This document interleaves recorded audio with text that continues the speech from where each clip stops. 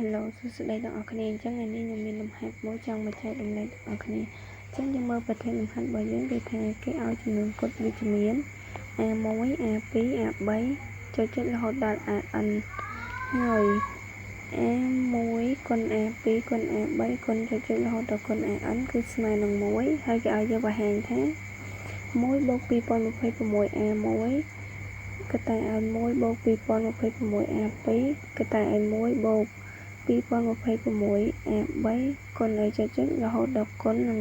1បូក2026 AN ធំជាងឬស្មើ2027ស្វ័យគុណ n អញ្ចឹងលំហាត់ហ្នឹងបើយើងមើលមកផ្លែតយើងគិតអាចនឹងគិតថាវាពិបាកអញ្ចឹងលំហាត់ហ្នឹងបើយើងដឹងកលឹះដោះស្រាយវាតែមិនតិចគឺលំហាត់ហ្នឹងគឺឥតពិបាកទេអញ្ចឹងដើម្បីដោះស្រាយលំហាត់ហ្នឹងបានគេប្រើវិសមភាព Cauchy ឬក៏ AMCM អញ្ចឹងនៅក្នុងវិសមភាពហ្នឹងគេថាបើគេមាន A1 A2 A3 រហូតដល់ AN ហ្នឹងធំជាងឬស្មើ0អញ្ចឹងគេទាញបាន A1 បូក A2 បូក A3 បូកចុចរហូតដល់បូក AN នៅលើ n គឺធំជាងឬស្មើឬទី n នៃ A1 គុណ A2 គុណ A3 គុណចុចរហូតដល់គុណ AN អញ្ចឹងដែល n ហ្នឹងគឺជាចំនួនតួនៃផលបូកនេះថាវាមានប្រមាណតួអញ្ចឹងឬក៏គេអាចទៅសេបានមិនឬអាចទៅសេបាន A1 បូក A2 បូក A3 បូកចុចរហូតដល់បូក AN គឺធំជាងឬស្មើ n ឬទី n នៃ A1 គុណ A2 គុណចុចរហូតដល់គុណ AN អញ្ចឹងឧទាហរណ៍កន្លែងហ្នឹងបើគេមានគេ A1 បូក A2 បូក A3 អញ្ចឹងទៅត្រូវធំជាងឬស្មើមែនអញ្ចឹងចំនួនតួរបស់វាពេលហ្នឹងគឺមាន3តួអញ្ចឹងបើ3តួគឺកន្លែងនេះគឺធំជាងឬស្មើ3ឬទី3នៃ A1 A2 គុណហើយ A3 អញ្ចឹងកន្លែងហ្នឹងគឺអញ្ចឹងយើងមើលលំហាត់របស់យើងគឺគេឲ្យបង្ហាញថាផលគុណនៃ1បូក2026 A1 ក៏តែឲ្យ1បូក2026 A2 ហើយគុណឲ្យចុចរហូតដល់1បូក2026 AN គឺត្រូវធំជាងស្មើ2027សេគុណ n អញ្ចឹងដើម្បីដោះស្រាយនឹងបានយើងមើលប្រធានលំហាត់របស់យើងហ្នឹងគេថា A1 A2 A3 រហូតដល់ AN ហ្នឹងគឺជាចំនួនគុណវិជ្ជមានអញ្ចឹងបើវាជាចំនួនគុណវិជ្ជមានយើងអាចទាញបានថាអាហ្នឹងធំជាងឬស្មើ0បាន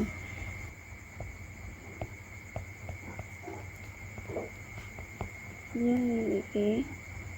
យើងមាន A1 A2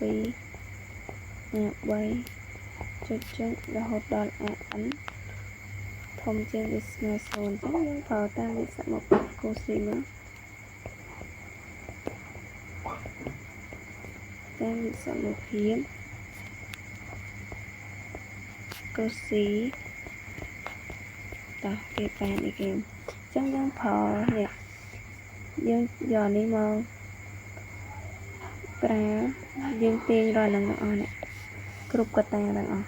អញ្ចឹងយកវាមក1បូក2026 A1 អញ្ចឹងវាស្មើអីគេខ្ញុំអាចទៅសេបានថា1បូក A1 បូក A1 បូកចុចបូក A1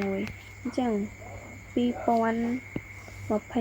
A1 ហ្នឹងគឺខ្ញុំអាចទៅសេបាន A1 បូក A1 ចំនួន2026តួអញ្ចឹងកាលណាវាបូកចូលគ្នា2026តួវាបាន2026 A1 អញ្ចឹងយើងមើលចំនួនតួវាអានេះមាន2026តួនេះ2026តួហើយអានេះមួយតួទៀតលេខ1មួយតួទៀតអញ្ចឹងវាបានប៉ុន្មានតួ2027អញ្ចឹងវាត្រូវធំជាងឬស្មើប្រហែល2027អញ្ចឹង n របស់វាគឺ2027ឬ2027នៃអីគេនៃ1គុណជាមួយនឹង A1 អាកន្លែងនេះគឺ A1 គុណ A1 គុណចុចរហូតដល់គុណ A1 ចំនួន2026 តួអញ្ចឹងវាបាន A1 ស្វ័យគុណ 2026 ហើយគុណឲ្យ1ទៀតវានៅតា A1 ស្វ័យគុណ 2026 ចឹងលោកអនិសេខ្លីតិចណាអូខេចឹងយើងសិក្សាកត្តានេះទៀតមកនេះយើងប្រើនឹងរហូតណាបែកវាមកចឹងគេបាននេះគេ1បូក 2026 A2 ស្មើនឹង1បូក A2 បូក A2 បូកចុចបូក A2 ចឹង A2 បូកបញ្ចូលគ្នាចំនួន2026តួដែរចឹងវាត្រូវធំជាងឬស្មើ2027ឬ2027នៃចឹងអានេះវាបាន A2 គុណឲ្យ A2 ចំនួន2026ដងចឹងវាបាន A2 ស្វ័យគុណ2026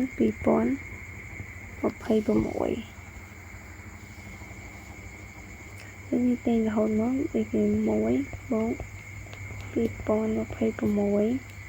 A3 ស្មើនឹង1បូក A3 បូក A3 បូកចុចរហូតដល់បូក A3 ចំនួន2026តួចឹង2026តួហើយលេខ1មួយតួទៀតចឹងវា2027តួចឹងអិននោះវា2027ចឹងបាន2027ឬ2027នៃ A3 ស្វ័យគុណ2027sorry 2026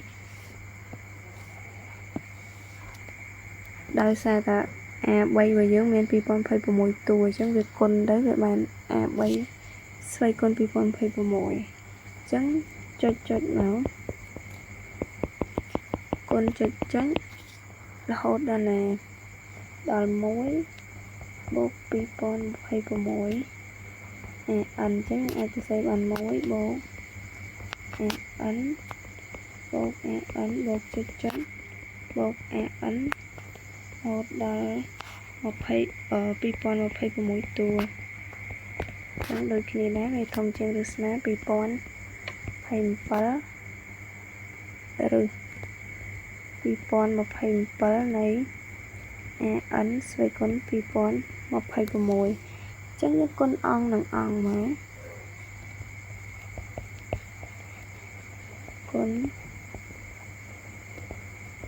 អង្គនឹងអង្គចឹងគេបានអីតើចឹងយើងបាន1បូក2026 A1 កតា1បូក2026 A2 តែ1បូក2026 A3 ហើយកតាចុចរហូតដល់1បូក2026 AN ចឹងវាត្រូវធំជាងឬស្មើ2027ចឹងយើងមើល2027គុណគ្នារហូតដល់ប៉ុន្មានតួអានេះពី A1 មានមួយតួដល់ A2 វាមាន2027គុណគ្នា2ដងចឹងរហូតដល់ AN ចឹងវាបាន2027ស្វ័យគុណ N គុណឲ្យឬ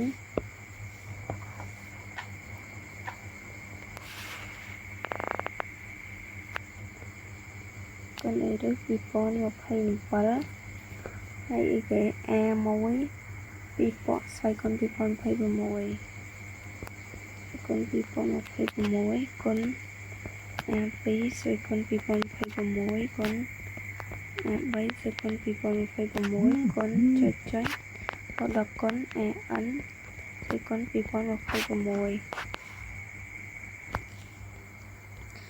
គេចង់មកដល់កន្លែងហ្នឹងយើងអាចទៅសេបានមិន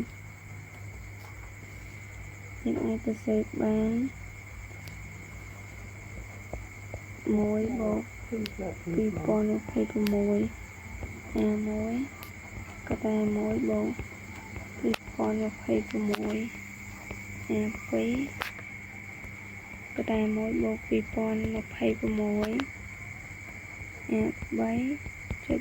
រហូតដល់គុណឲ្យ1បូក 2026 AN គឺត្រូវតែធំជាងឬស្មើ2027ស្វ័យគុណ n អញ្ចឹងអានេះឬយើងសេមកក្រោមនឹងធំជាងឬស្មើ2027ស្វ័យគុណ n គុណឲ្យ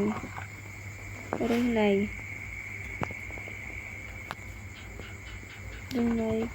ឬ2027នៃអីគេនៃអញ្ចឹងអានេះយើងអាចទៅសេដាក់ស្វ័យគុណរួមបានដោយសារតនិទុសនរបស់វាអីគេនិទុសនរបស់វាដូចគ្នាអញ្ចឹងនិទុសនដូចគ្នា2026អញ្ចឹងយើងសេលើកវាជាស្វ័យគុណរួមមកបាន A1 A2 គុណ A3 គុណឲ្យចុចរហូតដល់ AN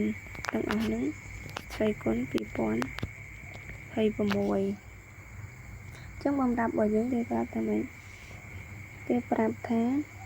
ផលគុណ A1 គុណ A2 គុណ A3 រហូតដល់ AN គឺស្មើ1អញ្ចឹងយើងយកកន្លែងនោះមកជំនួសមកដាក់មកដោយ A1 គុណ A2 គុណ A3 គុណចុចរហូតដល់ AN គឺស្មើ1អញ្ចឹងនោះបាននិយាយ1បូក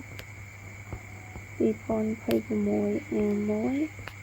ក៏តែ1បូក 2026 A2 តែ1បូក 2026 A3 គុណឲ្យចុចរហូតដល់1បូក 2026 AN គឺធំជាងឬស្មើ2027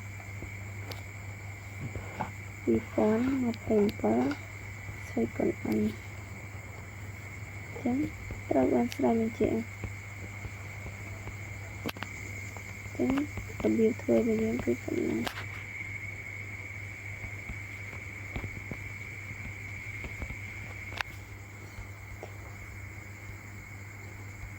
អូខេអញ្ចឹងលំហាត់នេះគឺកន្លឹះរបស់វាគឺការប្រើវិសមភាពកូស៊ីនេះចឹងអត់ទៅឃើញលំហាត់ប្រភេទហ្នឹងគឺយើងធ្វើតាមនឹងមកគឺដឹងចេញចម្លើយអូខេចឹងបាយបាយជួបគ្នានៅវីដេអូក្រោយ